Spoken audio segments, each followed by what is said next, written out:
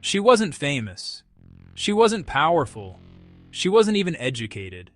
Just a poor nun, hidden in a convent. But what she wrote would change the world, because she claimed that Jesus himself was speaking to her, not in dreams, not in imagination, but in real conversations. And what he said was a message the world desperately needed to hear. Mercy.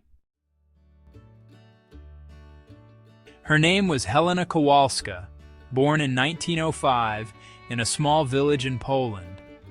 She was the third of 10 children in a poor but deeply faithful family. There was no luxury, no comfort, only hard work and prayer. But even as a child, there was something different about her.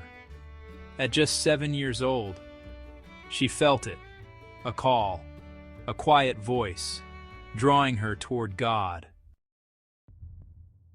But calling doesn't mean easy.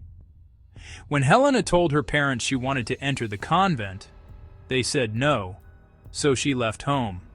At 16, she became a servant, cleaning houses, working long days, saving every coin, just to follow the voice she could not ignore, and for years, she waited. Because sometimes, God doesn't call you when you're ready. He calls you when you're willing. Then one night, everything changed. At a dance, in the middle of music, laughter, noise, she saw him, Jesus, suffering, looking directly at her. And he asked her one question: "How long will you keep putting me off?" That moment shattered everything. She left immediately. No plan, no money, just faith. She went to Warsaw and finally entered the convent. She became Sister Faustina, not a leader, not a scholar, just a simple nun, working in the kitchen, in the garden, doing the smallest tasks to the world. She was invisible, but inside, something extraordinary was happening, because in the silence, he came, again and again and again. In 1931, Jesus appeared to her, not once, but many times, and he gave her a mission to remind the world of his mercy.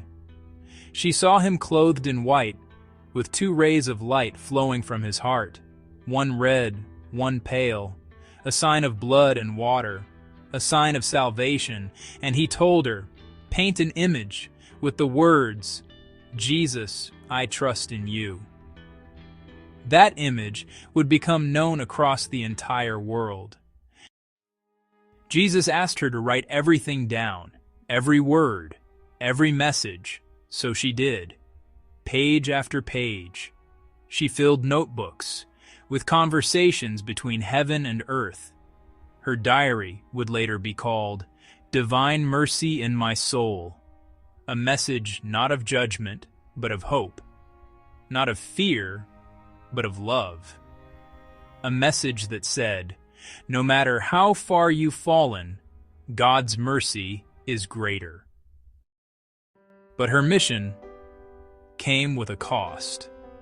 She suffered, physically, spiritually, silently. Tuberculosis slowly consumed her body, and yet she never complained, because she believed her suffering was part of something bigger, something eternal.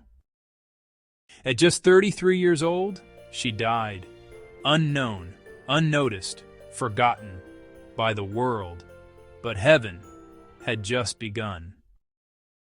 Her diary spread, her message grew, her image reached millions, and the church declared what many already knew: she was chosen, canonized in 2000 by Pope John Paul II.